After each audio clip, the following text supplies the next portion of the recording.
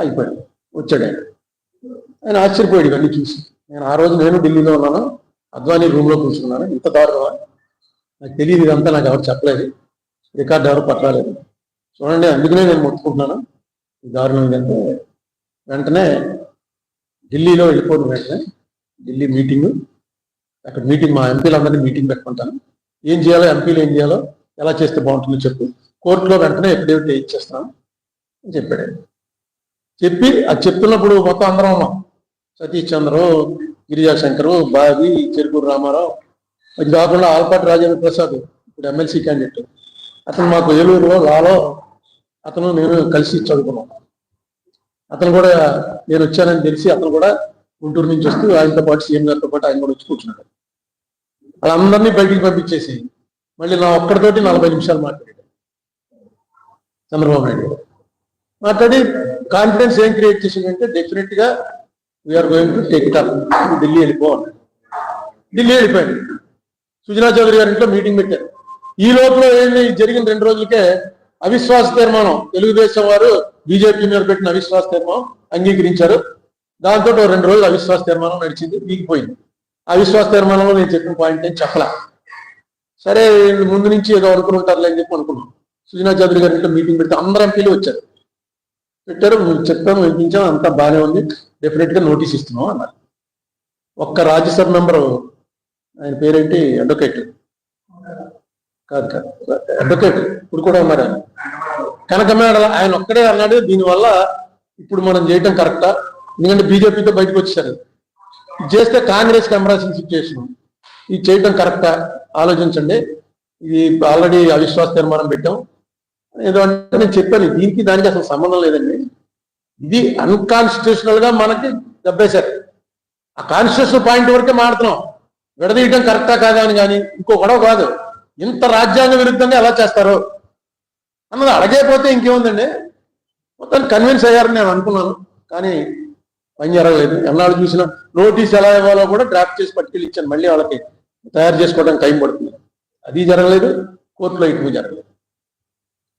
ఇప్పుడు పవన్ కళ్యాణ్ గారు అనే ఆయన అన్నిటికన్నా ప్రధానమైనది ఏంటంటే, ఆయన నేను కలవటం ఇది మీకు అందరికీ తెలుసు. ఇదంతా అయిపోయిన తర్వాత జనవరి 2019 అంటే ఇంక ఎలక్షన్ 3 నెలల్లో ఉంది. మేము ఐలాపురంలో ఒక మీటింగ్ పెట్టాను, నేనే పెట్టాను, నేనే ఆహ్వానం, అన్ని పార్టీల వారికి ఆహ్వానం పంపి ఐలాపురంలో కొత్తగా రాబోయేటువంటి ప్రభుత్వం ఏం చేయాలి అన్న దాని మీద ఒక మీటింగ్ అండి, రావాలి అని చెప్పి అందరికీ లెటర్ రాశాను. లెటర్ రాస్తే జగన్మోహన్ రెడ్డి పార్టీ వారు మేము రాము, తెలుగుదేశం పార్టీతో మేము వేదిక పంచుకోం అని చెప్పేశారు. సిపిఎం పార్టీ వారు మేము రాము, నువ్వు బీజేపీని పిలిచావు కాబట్టి బీజేపీతో మేము వేదిక పంచుకోం అని వాళ్ళు రాలా. చంద్రబాబు నాయుడు గారు 2 మంత్రులను పంపారు, 3 ఐఏఎస్ ఆఫీసర్లను పంపారు, మొత్తం రికార్డ్ పట్టుకొచ్చారు. మన ఈయన వచ్చారు, ఫైనాన్స్ చెరుకూరి కుటుంబరావు, ఆయన వచ్చారు మీటింగ్. బీజేపీ నుంచి ఐవైఆర్ కృష్ణారావు గారు, సత్యమూర్తి అని ఆయన, వాళ్ళిద్దరూ వచ్చారు. పవన్ కళ్యాణ్ గారి పార్టీకి కూడా లెటర్ రాశారు, మీ పార్టీ నుంచి ఎవరినైనా పంపండి అని. పవన్ కళ్యాణ్ గారు వచ్చాడు, ఎవరినైనా పంపండి అని రాశాను నేను అన్ని పార్టీలకి, మీ పార్టీ ప్రతినిధిని పంపండి. ఆయనే స్వయంగా వచ్చాడు. లీగల్ పొజిషన్ తెలుసుకోవడం కోసం నేను పర్సనల్ గా రిక్వెస్ట్ చేసి చలమేశ్వర్ గారిని పిలిచాను. అప్పటికి జడ్జిగా ఆయన సుప్రీంకోర్టు జడ్జిగా రిటైర్ అయి ఉన్నారు, చాలా అనుభవం ఉన్నవాడు కాబట్టి ఆయన్ని పిలిచాను, జాస్తి చలమేశ్వర్. ఆయన వచ్చారు. ఆ మీటింగ్ లో తీర్మానాలు ఏం చేశామంటే, రావాల్సినటువంటి 74,542 కోట్లే కాకుండా ఏదైతే అరుణ్ కుమార్ కేసు కోర్టులో వేసాడో, ఏదైతే పార్లమెంట్ లో మూవ్ చేయమంటున్నాడో, ఆ రెండిటికి మేము పూర్తి మద్దతు ఇస్తున్నాం. అన్ని పార్టీలు, కొంచెం సిపిఐ వాళ్ళు, ఎందుకంటే ఆ రామకృష్ణ గారు అన్నాడు, మేము అప్పుడు సపోర్ట్ చేశాం కదా విభజనని, ఇది విభజన చేసింది తప్పు అన్నది ప్రేయర్ మార్చేశానండి, అది కాదు, కాన్స్టిట్యూషన్ నిలబెట్టకుండా పార్లమెంట్ నడిస్తే రాజకీయ పార్టీలు నోరు మూసుకుంటుంటే ఎలాగా, నాలాంటి వాడు ఎక్కడ సరిపోతాడు అన్న పాయింట్ మీద వారు కూడా అందరూ ఒప్పుకుని తీర్మానం చేశాం. ఏమని, వెంటనే రాబోయే ప్రభుత్వం దీన్ని సపోర్ట్ చేయాలని.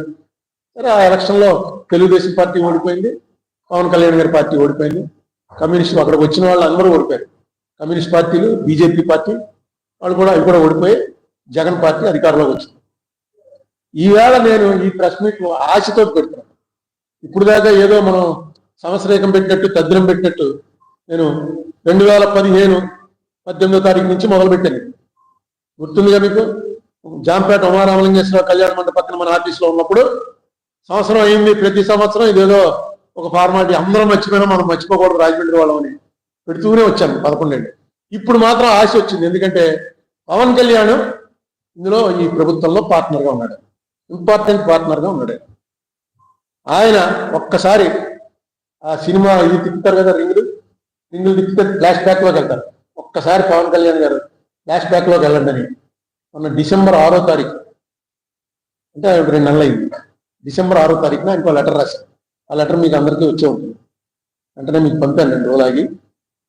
దుర్గేష్ చెప్పాను, ఇదో లెటర్ పంపుతున్నాను, ఈ పవన్ కళ్యాణ్ గారు ఆయన మామూలుగా ఇలాంటి లెటర్లు బోల్డ్ వస్తూ ఉంటాయని పక్కన మారేస్తాడేమో అని దుర్గేష్కి ఒక కాపీ పంపించాను. ఆ లెటర్లో క్లియర్గా ఆయన ఎందుకు దీనికి నిలబడవలసి ఇప్పుడు మీకు చెప్పిందంతా లెటర్లో చెప్పాను. నేను పవన్ కళ్యాణ్ గారిని కోరేది ఏంటంటే, ఇంక 2 రోజులు అసెంబ్లీ ప్రారంభం అవుతుంది. ఈ అసెంబ్లీ ప్రారంభమైనప్పుడు అందరూ కలుస్తారు. మీ ప్రమేయం లేకుండా అసెంబ్లీ ఏం జరగదు.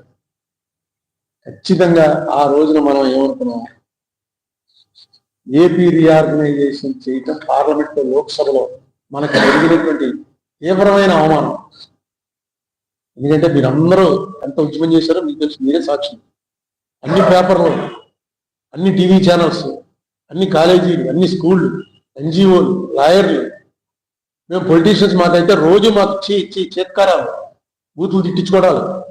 ఇంత జరిగిన తర్వాత అయిపోయింది, 1 నిమిషంలో తలుపు మూసి అయిపోయింది కొండంటే మళ్ళీ నోరెత్తేవాళ్ళు లేకుండా పోయిందంటే ఇంక స్టేట్కి ఎవడన్నా ఎందుకు చేస్తాడు? మనం నిలదీయడం, ఈవేళ కొట్టుకోవడాలు, తిట్టుకోవడాలు, బూతులు తిట్టుకోవడాలు ఏ ఒక్కలే. పాయింట్ ఉంటే ఇది వదలరా, నిలదీస్తారంతే. ఎంతకాలం అయినా సరే దీన్ని వదలరు అనేటువంటిది ఒక వెళ్ళాలి. ఒక ఆంధ్రాలో కూడా మగవాడు ఉన్నాడు రా, ఇదిగో వచ్చాడు పవన్ కళ్యాణ్. జగన్మోహన్ రెడ్డి టైంలో అవ్వలేదు, చంద్రబాబు నాయుడు గారి టైంలో అవ్వలేదు. పవన్ కళ్యాణ్ వచ్చేటప్పటికి దీని మీద వెంటనే స్టార్ట్ అయింది యాక్టివిటీ. కేంద్రం మీకు బీజేపీ కూడా మీతో పార్ట్నర్. ముందు దాంట్లో ఎఫెక్టివిటీ ఇవ్వనండి, లీగల్గా వేసి తీరాలి. నా కెపాసిటీ సరిపోక ఇక్కడ నా పాత్రలో ఎవడన్నా పెద్ద అడ్వకేట్, ఏ కపిల్ సిబల్ లాంటి వాడు, మీ సిద్ధార్థ లోదరా లాంటి వాడు, మొన్న వచ్చినటువంటి ముకుల్ రోహత్గి లాంటి వాడు ఉంటే కోర్టును బట్టి కడిగేస్తారండి. మనం ఏంటంటే కోర్టులో పద్ధతి, అదే ఆ పద్ధతి మారాలి కూడాను. సీనియర్ అడ్వకేట్ ఇస్తేనే టైం ఇస్తారు, చిన్న వాళ్ళకి టైం ఇవ్వరు. అందుకే నేను ఏదో మాజీ ఎంపీని అది ఉంది కాబట్టి పక్కన కోర్టులో అందరికీ తెలిసినవాడు, బాగా ప్రాక్టీస్ ఉన్నవాడు, అల్లంకి రమేష్ వాళ్ళ బ్యాచ్, అతనితో పెద్ద ఫర్ము, అందులో 7-8 అడ్వకేట్లు. నేను వెళ్ళినప్పుడల్లా వాళ్ళందరూ వచ్చి నిలబడతారు. దీంతో మనం మాత్రం ఈ మాత్రం ఉంటున్నారు అన్నమాట. లేకపోతే అవతరాలు అదే ఆంధ్ర గవర్నమెంట్ కరెక్ట్గా పెట్టిందనుకోండి మనిషిని, సరైన అడ్వకేట్ని అన్నాడండి. ఇది 2014లో వేసిన దాని మీద ఇప్పటివరకు అది విచారణే లేదా?